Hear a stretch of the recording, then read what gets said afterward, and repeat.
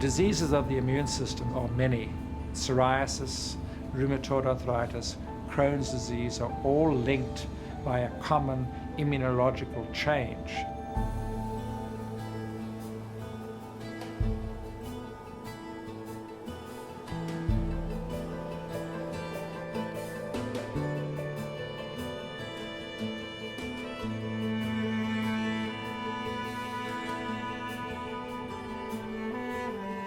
I was 33 this month, and I first came down with psoriasis at the age of 6. At times, it's been a painful journey.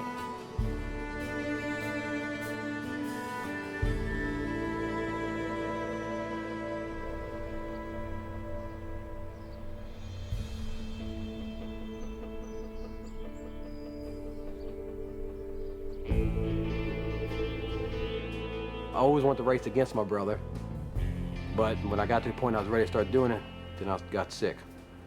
I was misdiagnosed, and then finally they said, "We think you have Crohn's." Never even heard of it.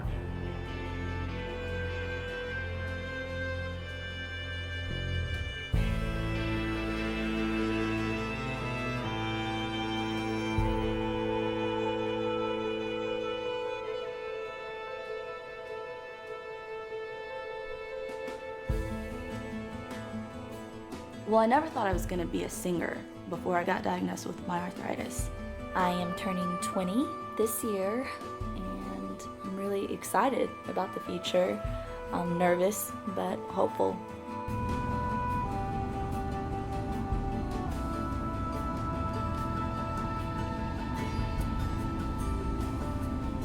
It's easy to give up hope. Every person needs to find out where they are, almost mentally. Then you can start to really begin the journey of where do I want to be. And once you find out where it is you want to go, basically map out a roadmap to get there.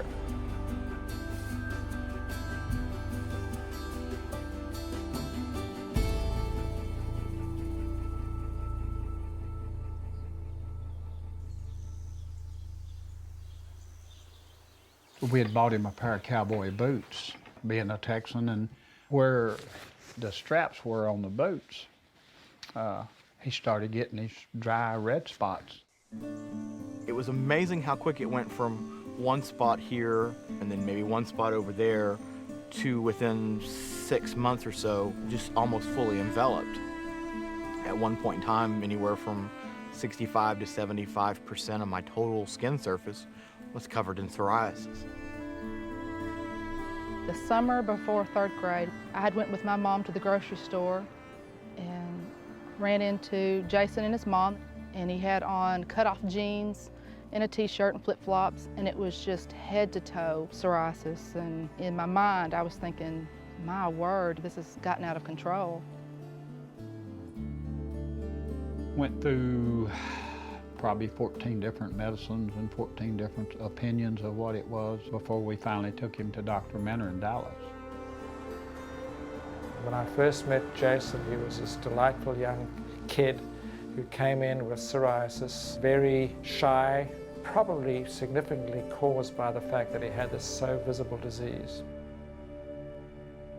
For patients with psoriasis, something has caused our immune system to think for whatever reason it needs skin. So the cells and the body itself just continuously multiplies and makes skin.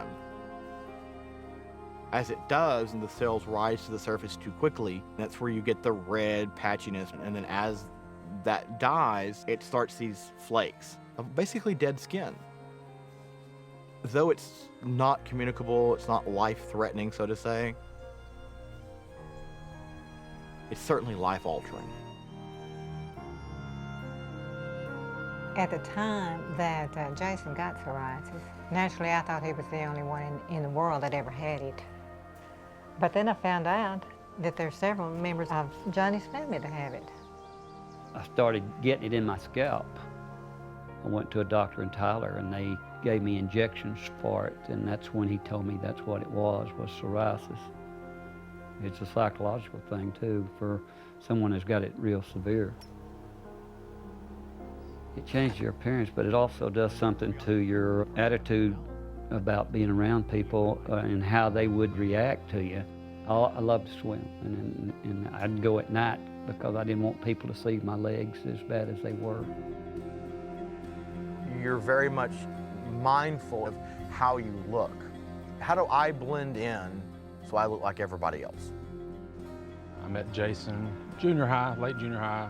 I guess the first impression I got was, why is this guy wearing all these clothes? You know, I mean, because it's Texas, you know, we're in summertime, and he's got on a t-shirt and a polo shirt. I just thought he was overdressed for everything.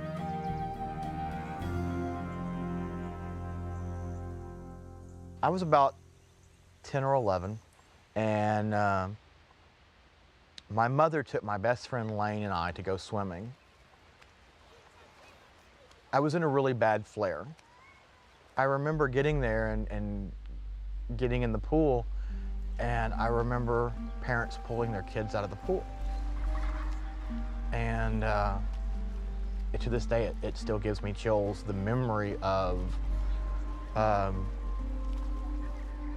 you know, almost like a leper or whatever, you know, I getting in the pool, and, you know, for a 10-year-old, that, you know, always sticks with you.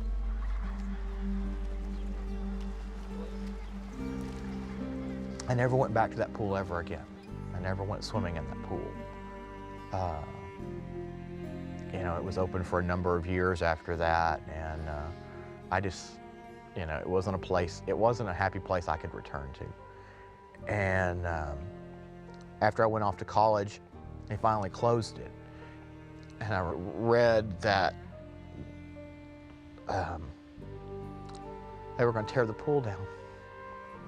And I remember going and watching them tear the pool apart and being glad that it was gone. You know, that it was almost like that pool won't hurt anyone again.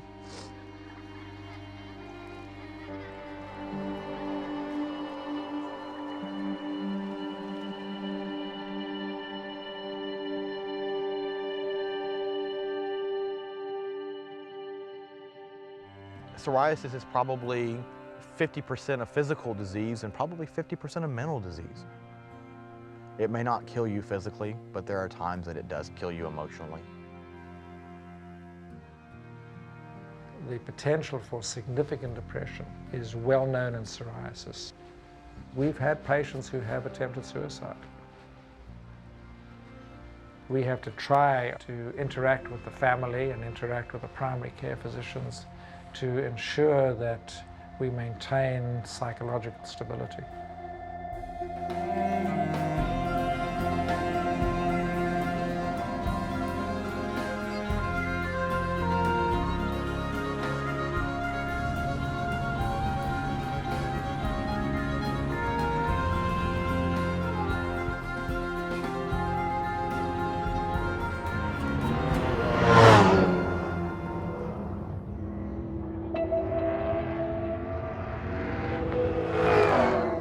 I can remember the day when Ray really kind of fell out. We were at Dover Speedway, which is a big bush race, and Ray's always been a part of everything. And for some reason that day he was nowhere to be found.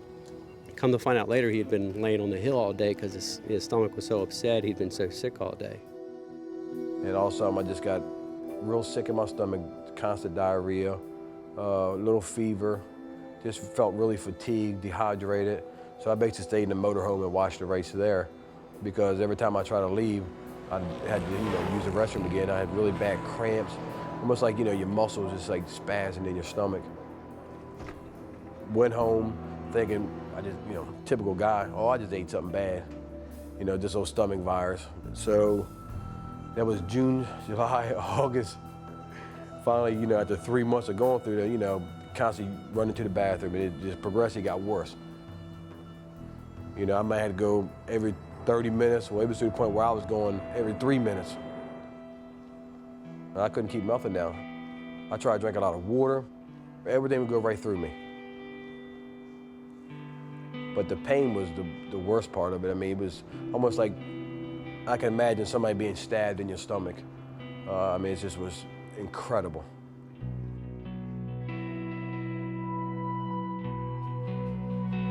He had no energy at all. I mean, it took him forever to get out of a bed to even get to the bathroom. Then it got to the point where I couldn't even make it to the restroom. I didn't have to put diapers on. He would go to the doctor and they would just say it was the digestion system, heartburn, and then it's like something's really wrong. He was scared, as I was too.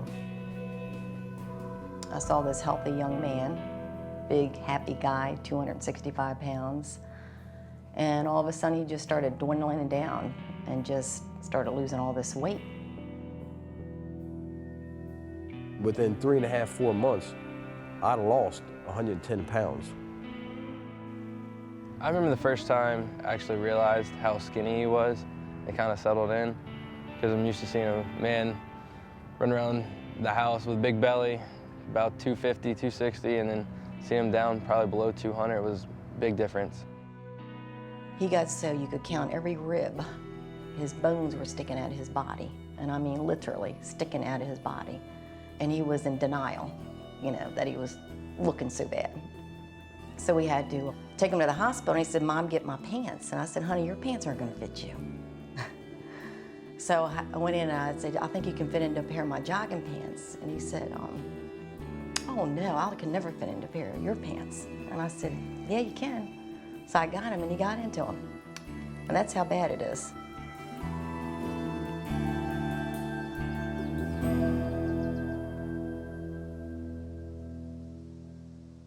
Back then, my son looked like a shriveled up old man. Just takes your heart. I mean, it really does. Yeah, I can go back. I'll never forget it. Never. Never. It wasn't until I saw him 90 pounds that I really realized, hey, he's sick. Went to the hospital. I was there for about 2 weeks. Met an incredible doctor, Dr. Rosa, who basically saved my life. By this time, Ray couldn't work. He hasn't worked for months because he couldn't, so he had no health insurance. You know, most hospitals, you don't have no health insurance. They don't want you there too long. And he kept me in there for 2 weeks and basically told him, this man's not going nowhere until I find out what's wrong with him. My mom, she was devastated. Always talking, being like, I wonder if your father's okay. They had testing for everything.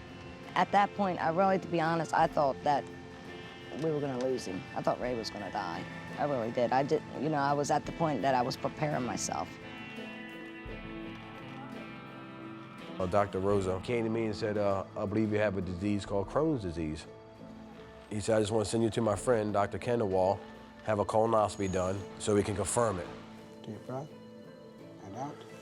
Crohn's disease is an inflammatory process that involves the intestines primarily, and this can cause diarrhea, abdominal pain, weight loss, and infections.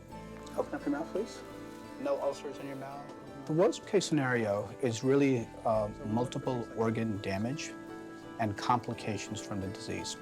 Crohn's disease really is a lifelong disease, and it's something that you learn to live with.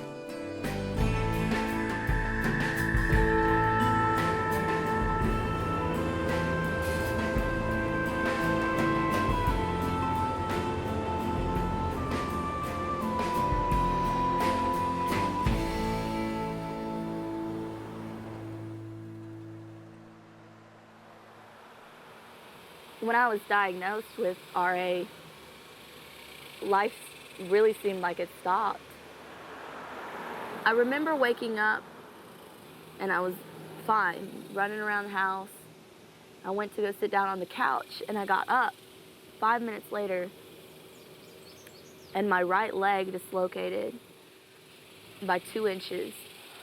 And my mom took me to my family doctor and he actually did blood work and said that I have arthritis, I have rheumatoid arthritis.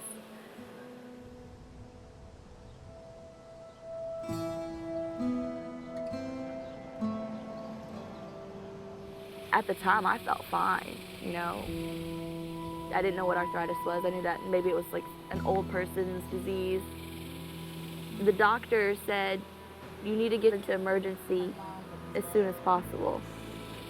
A few days after that, I would begin to know what the doctors meant because my whole body felt like someone was stabbing me in every single joint in my body.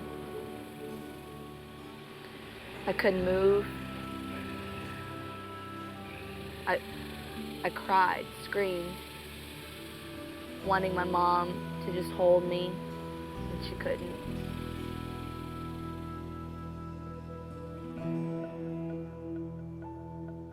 The morning we took her to the hospital in an emergency room, I had to carry her, but she was screaming in pain.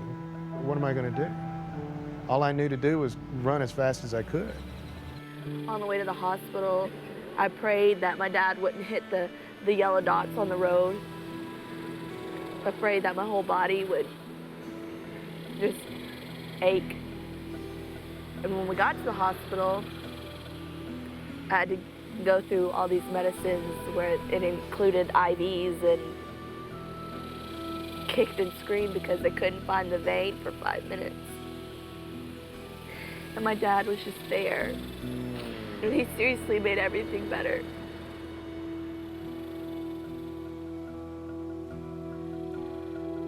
My whole world was just beginning, and it was taken away.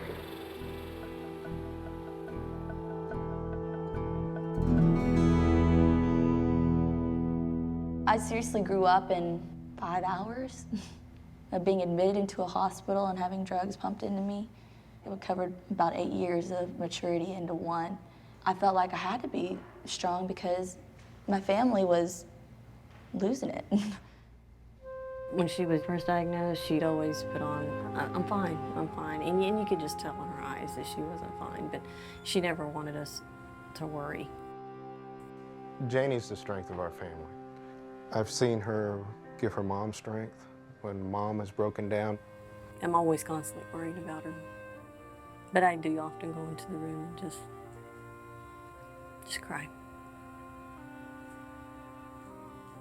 It's hard. It's hard because you have dreams for your kids. But at the same time, she's got to pick the ones.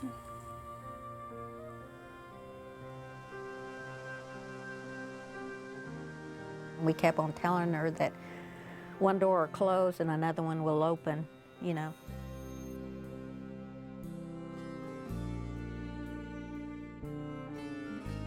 It was when she was in the hospital. They had a talent show. She didn't want to sing because she's shy, believe it or not. And they coached her into singing, and she tried, and she loved it. The one thing I wanted to do was to find a getaway from this disease I had. I don't think anything else makes me happier than just singing. You know, it's a way for the rest of the world to understand what I'm about, because it's kind of hard to tell people.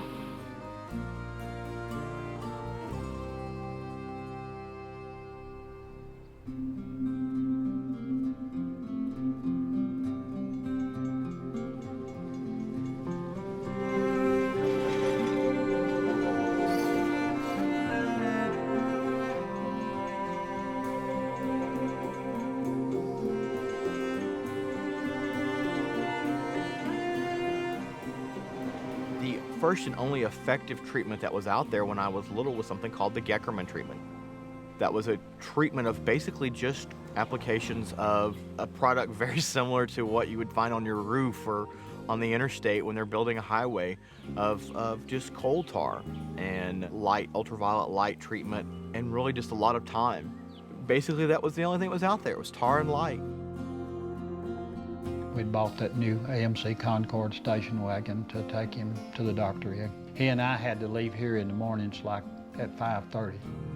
Every morning for 21 days in a row, they're basically done in 21-day cycles. He would scoop me out of bed, and I was 7, 8 years old, load me in the back of the station wagon, and away we would go to Dallas.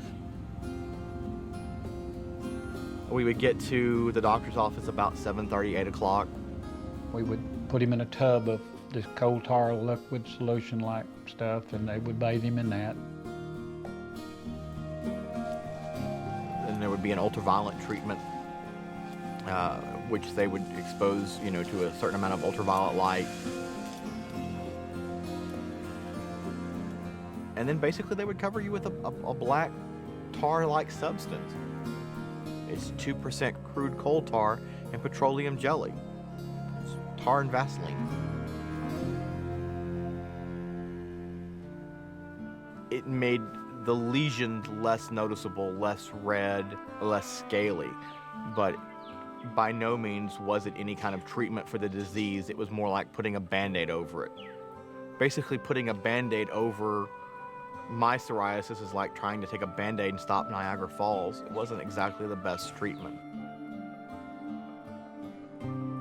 I thought because we had found a doctor that more or less specialized in that particular field, he knew what to do and everything, and that he would be able to cure it. I was so naive. But I found out that you can keep it under control, but you can't cure it.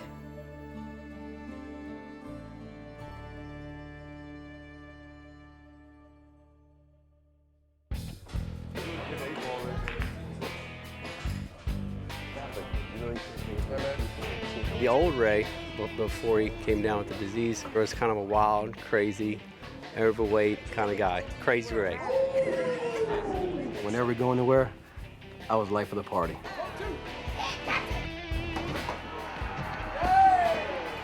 When I met Ray, he was, he's vocal. The man wouldn't be quiet from sun up to sundown. You'd probably have to stuff a sock in his mouth to quiet him down. He was always funny, always had something going, always had you laughing at him. I knew he was crazy the first night I met him. He wouldn't leave me alone. He was out with someone else, and he just come right in and butted him right over to the side. Bugged me for my number all night.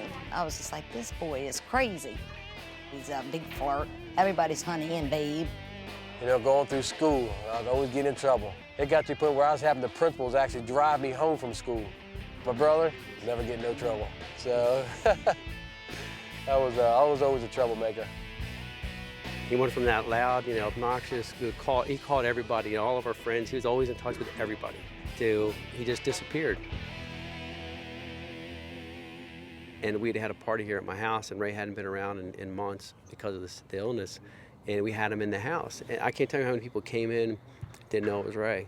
So many people didn't recognize him. And there was a man that was probably 120 pounds less, 100 pounds less than he was when I first met him. And he had enough energy to say, "How you doing, Ray?" And it was just kind of like, "Fine, how you doing?" And went over, sat down on the sofa, laid down, and went to sleep. That's how bad he was. He wasn't the same person. You're not the same person.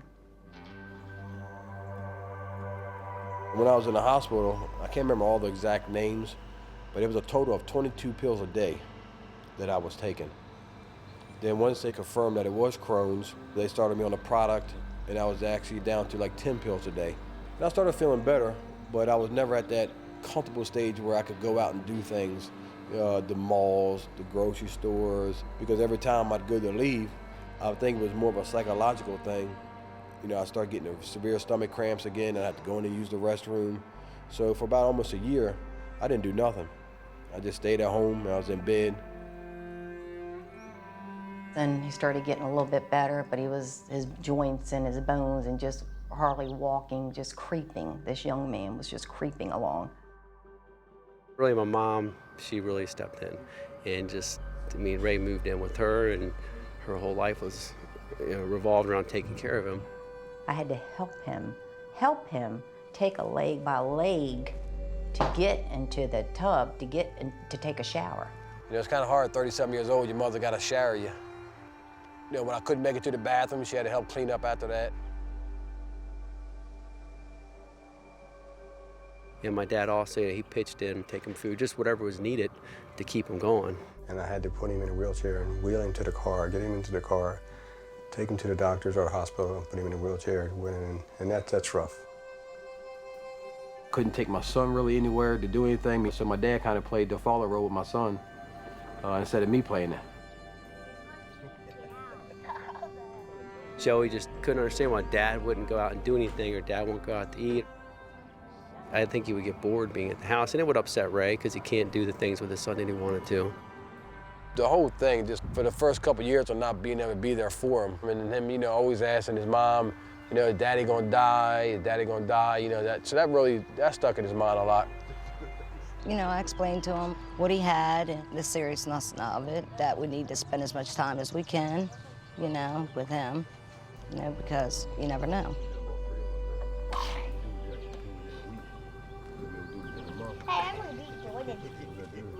Anything when I took my kids to the Disney World, you know, you look at the map, okay, well, the restrooms are here, here, here, and that's how, you know, you do your trip. I remember before we went into the amusement park, we always got him a wheelchair every day. I'm sure he could have maybe walked around for a little while, but he's just too weak to just walk around an entire amusement park like that. Normally children depend on their parents, you know, and he was dependent on the children a lot to help him while he was sick. Even the little man, he was running around trying to help. Can I do this? Can I do that? I think he thought he was less of a man, really. I think that he thought that his children might think less of him. You know, everybody has bad times in their life, but this was his low, his rock bottom. Emotionally, it really started breaking me down pretty bad. I mean, I was to the point where psychologically, I mean, I didn't want to live no more. I mean, I was that depressed. Lucky I had a good family, strong base there to help support me. My mom, my dad, my brother.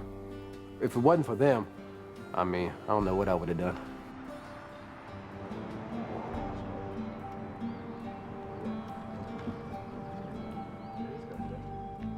As your mother did for you when you was 2 years old, 1 year old, basically 30-something years old, here she's doing it again. You know, wish she could be in my place instead of me being there. That's the type of mother I have. You know, she'd much rather go through it than have me or my brother or somebody like that go through it. So it was pretty emotionally hard on her. That's when a family really comes together. I mean, that's when you come together. United you stand, divided you fall.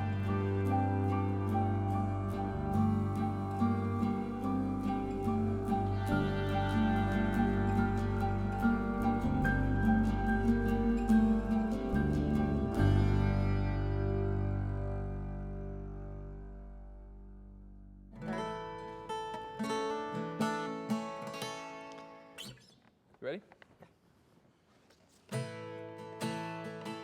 Ironically enough, I think that her medical condition makes her a stronger artist. You know, she's been blessed with a wisdom and a maturity and an older soul than what you might expect when you just look at her on the outside. Long brown curls, big brown eyes, her mom cried when the got home. From the outside looking in, she was just a normal kid. I mean, every little thing she did was just a chore. And everything that we take for granted, brushing your hair, brushing your teeth, and turning a doorknob, couldn't do it. Looked at her family and said, Both of her doctors through the years have always said, listen to her, and then she needs to listen to her body, what she can and can't do, and learn as the disease changes. What people don't understand is some of the problems that happen with the medications. She had just finished doing prednisone. Janie's appearance changed quite a bit. She got what they call moon face. If you look, her cheeks are very puffy, and that's very important, the appearance. But Janie was strong all the way through it. I'm sorry, it's like a little hard for me to talk about. Going through that amount of change, with the way you look, I wasn't aware until I look at pictures now about how that affected my life, you know, and Mentally, I think she was just very, very scared, but her body just felt old. And she made the comment that Grandma walks faster than her. She was sad, you know, that she couldn't do anything. when you grow up with this disease, you know your limits as you grow older with it. And I ask myself all the time, is it worth it? Is it worth going bowling and holding that like 8-pound ball for a few times to throw it down the lane, which I usually do the granny shot thing, which doesn't work out too well for me, but is it worth hurting the next couple of days, not being able to use your hands? You don't think that you're not gonna be able to turn a doorknob the next day, but I couldn't at times. every day. I wish I could take it from her. But there are reasons why she, as she would call it, this blessing and a curse. But I take it from her for good. What do we have left to say?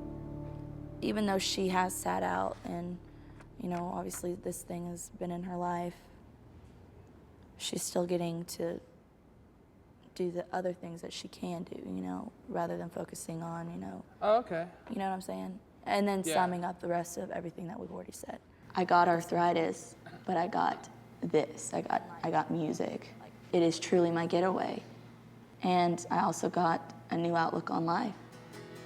It's all a gift just to be here, and I don't think it could be clearer than the smile that's on my face.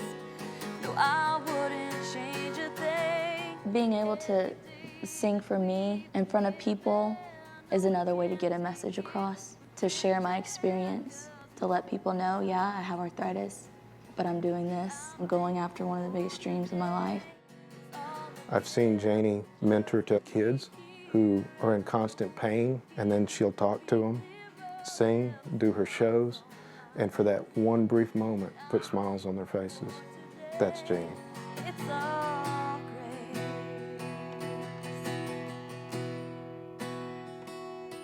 It's all grace.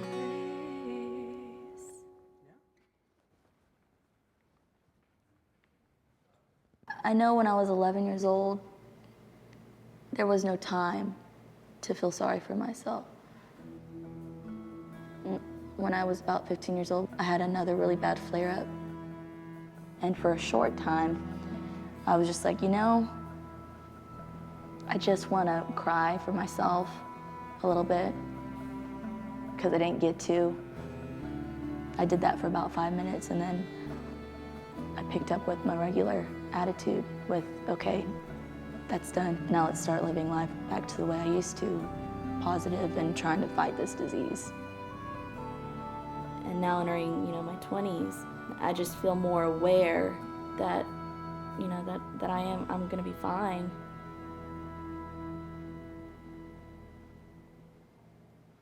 As I got, you know, more into high school and became more of an adolescent, and of course, you know, what's the first thing you do when you turn 16? I think, you know, my 16th birthday present from my dad was a stack of applications to start filling out for a job. And I began to realize I really liked interaction with the public. So I naturally grafted toward a job in the food service industry, and I went to work for the local Dairy Queen, and I began to realize at that point that I had found my passion. He loved working at the fast food place where he worked, and the boss he had, he just loved dearly and just had a good time, made lots of friends. Some people would kind of look at him as that, you know, that kid's not going to make my food, is he? You know, you could kind of read it on him, you know, that sort of thing. Just because his arms were so red and patchy and, you know, scaled up.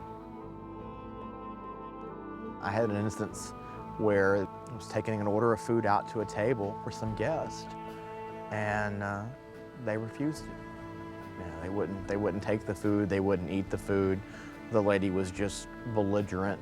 She basically came up and just attacked my boss over, how dare you can't hire people like that, and you know, we want our money back. You know, we don't want him touching our food. I remember just going to the back of the store and just crying. I think that's the first time he realized that in this profession, in this business, that's probably the last thing you want to have, you know, is a real bad flare-up with your psoriasis, because people that you're serving food and stuff have a tendency to be run a little scared. I think they took a lot of the stigmatism of the intolerance or ignorance a lot more personal than I think I did. I don't care who it is or what it is, you don't want your kid to be hurt in any way.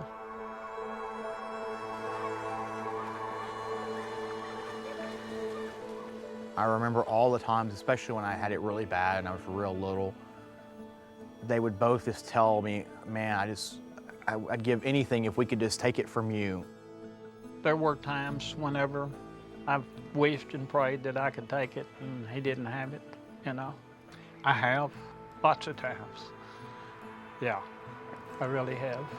I thought about it lots of nights, you know, that if you could take it and let him go to school, you know, clean and, you know, clear, that it would be worth it to deal with it, you know. I think most parents who have kids that have something that's tough for them, I think most of them feel that way. How about big tough me? You know? No, I think about that. I think a lot about it, but like I say, you learn to live with the cards you dealt, you know. It's funny because they say they would give anything to have psoriasis and me not have it or whatever.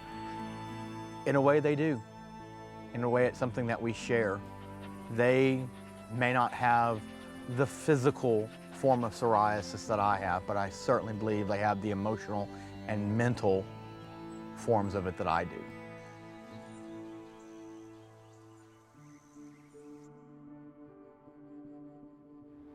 I wasn't getting any better. I was getting a lot of polyps. Every time I had colonoscopy every year, they had to remove a lot of polyps.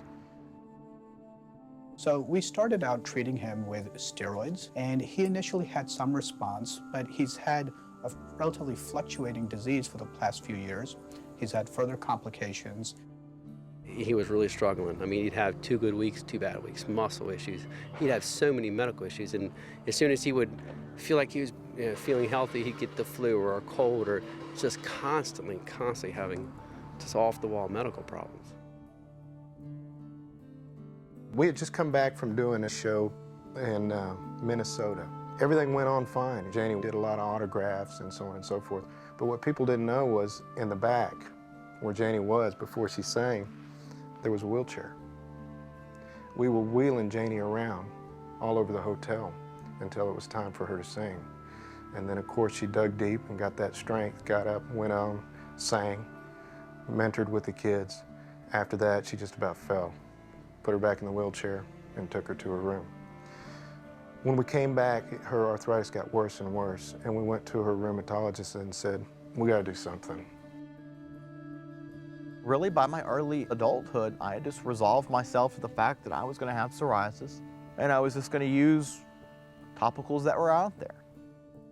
We've done just about everything that's come down. I've even thought about taking him to the lava pits in Washington or wherever it was that supposedly would cure it if you'd go there and bathe in the mud or something like that. You get pretty frantic as a parent, you know, about it. But this is me a year ago. This is what would be considered a full-on flare. Just with the redness, the scaling. This is actually this area. It's side and the edge of my back. Again, just showing the spotty lesions and everything, kind of how it was spread throughout the whole side of my back. For a number of years, you would always hear what's coming down the pipeline. You know, I've heard drug pipeline my whole life. I spent all these years waiting for something. Just circle anything that's different, something that's not, you know, the norm. Now that we have advanced therapies, including biologic agents, which has revolutionized the treatment of psoriasis for adults, it has certainly made a dramatic improvement in Jason's life. However, these drugs are currently not yet approved for the pediatric community. So biologic therapy is actually very potent therapy and will more likely lead to remission for patients with Crohn's disease. Is this sore? No. And here and here? No. Sore here? Janie had your classic polyarticular adult variant rheumatoid arthritis. Biologics have now become the gold standard on rheumatoid arthritis. Patients notice the constitutional symptoms of fatigue, low-grade fever, just feeling crappy. All that probably remits. And then subsequently, the swelling, the stiffness, the pain is not there. Biologic agents are manufactured from either human or animal source of proteins. And because these are foreign to the body, there is a risk of a reaction. No colds, no changes in your medicine. The only thing I was really nervous about was two things. One, I don't like needles. And the other thing I was worried about was side effects. There's no drug that is free of side effects. The biologic drugs also have their risks. The early side effects are the allergic reactions that occur. Patients can develop chest pain. They can develop very severe shortness of breath, or they can develop hives. So these are the early side effects. You know, the risk of infection remains. Drug resistance TB is on the rise. The TB test needs to be done, so probably the next visit will do that as well. There is certainly an increased risk of either exacerbating latent TB that has not been picked up before starting therapy, or less commonly, a new onset tuberculosis developing. I have had an allergic reaction before, and we had to shut it off and then we could start it back up again. There's scares of lymphoma, cardiac arrest, tuberculosis, different blood disorders. Those are real scares.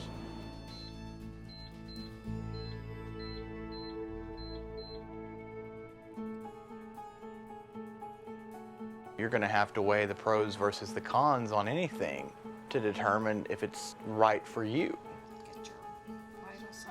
I started one treatment, it really wasn't doing the job. I'm willing to take the next treatment. It becomes a time when you've seen so much pain that you have to weigh it out. We've always tried to live our lives the best we could every minute of every day.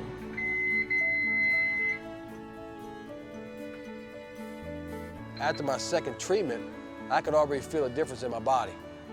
Then when I got my third one, I could feel even a bigger difference. It seemed like every time, I could just feel a better improvement. The very first infusion was certainly the toughest. I remember just feeling really, really down and really kind of depressed the day of, and then even afterwards. I guess that may have just been the skepticism that I just thought this wasn't going to work. But then gradually things started to clear, and then once the clearing started, it was like, you know, a train headed, you know, downhill. It took off. Within just a matter of months, I had cleared almost completely up. But that doesn't necessarily mean it's going to equate the same level of treatment or clearing in another person. But now I'm to a point where I'm almost actually making it all 8 weeks and not getting tired, fatigued, anything. Now I would say that I'm healthy. With someone with a crippling disease, I'm healthy.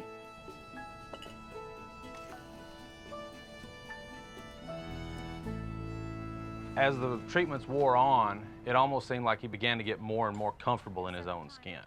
You know, I would go over to his house, you know, with him just waking up, and he would talk to me before he put his shirt on, instead of stopping and, you know, wait, let me grab a shirt, or, you know, before he'd even come out of his room, he'd just, you know, wake up, hey, what are you doing? You know, that kind of stuff. Well, he came over a while back, and he was like, you noticed something? And, you know, he was just all beaming, and I was like, you know, your skin looks, you know, wonderful. And, you know, he was just beaming, just ecstatic. I think it made a huge difference in his feelings about himself. When I started into the biologics category, I had a body surface area of 25%. 25 is pretty way high at the end of the severe scale. And within a matter of months, through the course of the treatments of these drugs, I dropped from 25% to less than 1%. I don't remember my life with less than 1%. I don't remember my life with less than 15%. It was a whole new me. Yeah, Tony thinks the Yankees are going to win tonight, so Tony's got his trusty Yankees cap. Well, apparently the last two times the Rangers have won, we've had God on our side because the rain's been a big factor. He's able to be the person that he is around me, around my family. He's able to be that person that we love to everyone else. We're telling the cat story. Where's your driver? Thing is, it bent the driver, and he played with it for a long time afterwards, and it took the slice right It out took of the that slice drummer. completely out of his game. The treatments have had a lot to do with him deciding to go ahead and jump into the management side of the restaurant business. It's time to find a new job, and you're looking around online and you say, you know what? A restaurant, why not? I love working in the restaurant. I've done it all my life. We've got everything under control now. I think I can really handle it. I don't think I'll have, any of those problems. But to have my psoriasis clear and have my skin as clear as it is has allowed me to probably excel in an industry that if I weren't as clear as I would, there would still be obstacles to overcome. I think the fact that he can do it and not have to worry about what he looks like when he brings it out there, it's got to be a tremendous relief to him, Really, I think he's done pretty good himself. Of course, sometimes I could kill him and tell God he died. But he probably feels the same way about me. Ow! Watch your fingers. It was almost having to learn again, what is it like to kind of blend in, something I hadn't done in a long, long time. I'll always remember going swimming for the first time, I think I was 30.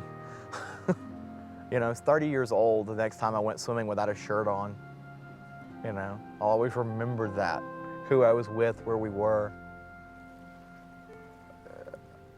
I remember breaking down at the lake and crying in front of my friends, and they're like, well, what's wrong? We thought you'd be happy, and I'm like, I am. Imagine you've waited all these years to do something as simple as go swimming without a shirt on.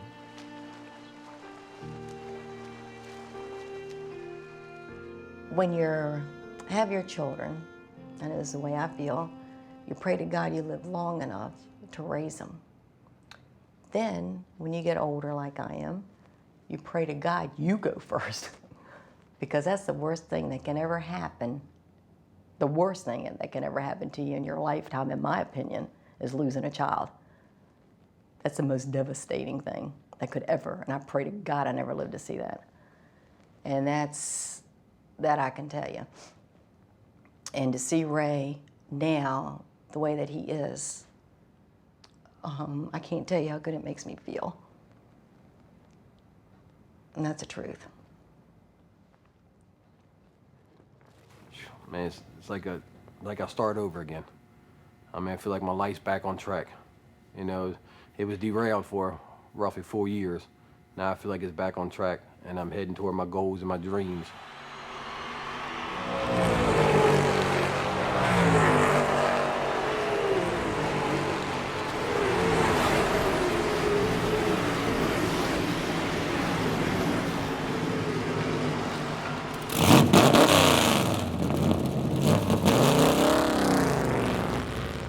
I want to get back on the big track with my brother and get him.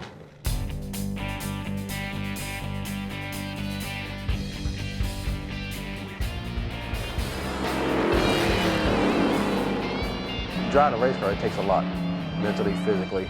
Even with the treatment I was on, I would struggle a lot. With the heat, by halfway through the race, I lose my groove. So then I started working out again, half an hour to an hour a day, just to get my, endurance back and all that.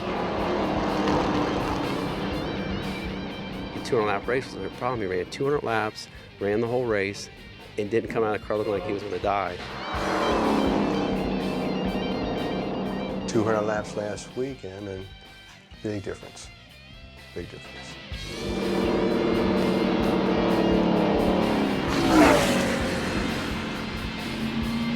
He's out there doing the things he loves to do. And he has that gorgeous smile on his face, and his eyes are twinkling.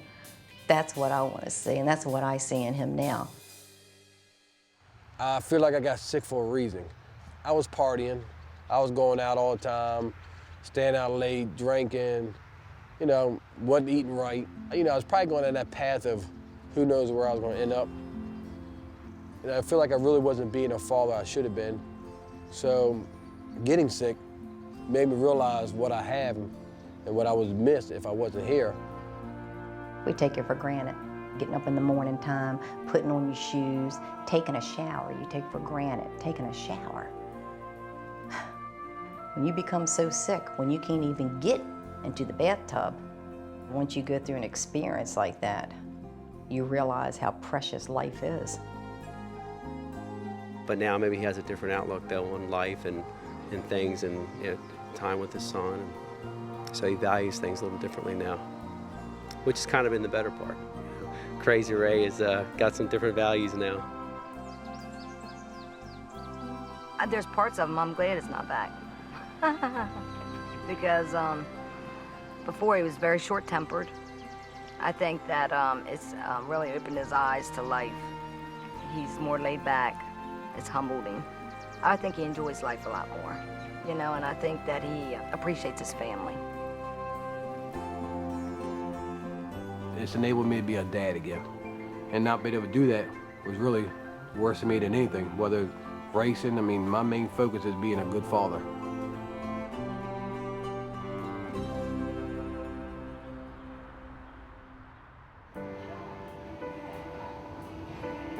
I have come miles and miles and miles from that place that I was. Now it's, if I have an ache or pain, maybe an Advil here and there, and I'm okay. Like, yeah, I do have flare-ups every now and then, and that's just something that comes with the disease.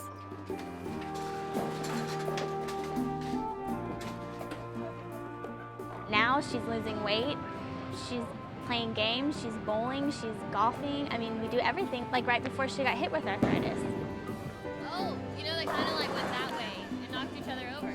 30 years ago, someone in Janie's condition would have been in a wheelchair for the rest of her life. It was hard for everybody, but thinking about it, she's come a long way.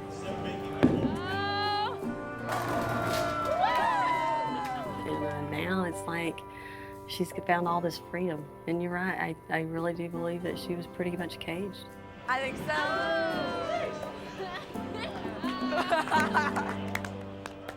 I was in a place to where I hit rock bottom and pain level. It was just horrible. And now I can't imagine anything being any worse. So I feel like I'm prepared to take on anything right now. Janie Feliz is here tonight. Give it up for her. Really excited about this. She's going to express to the world that she is somebody, and you can overcome anything.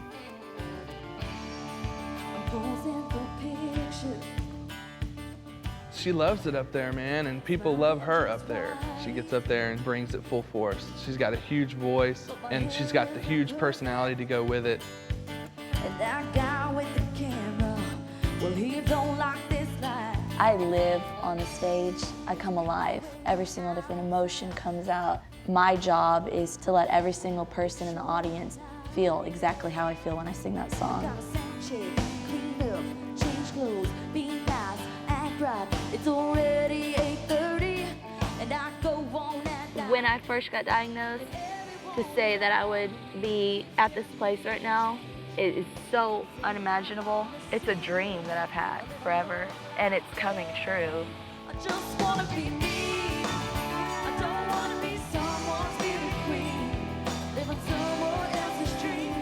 And I like the way I sing. I just wanna be When I see her on stage with the biggest smile on her face and she's dancing, and then I look back, she couldn't walk. I had to feel like I was going to get better. I have too much support to not feel like I was going to get better. It was going to be okay. I just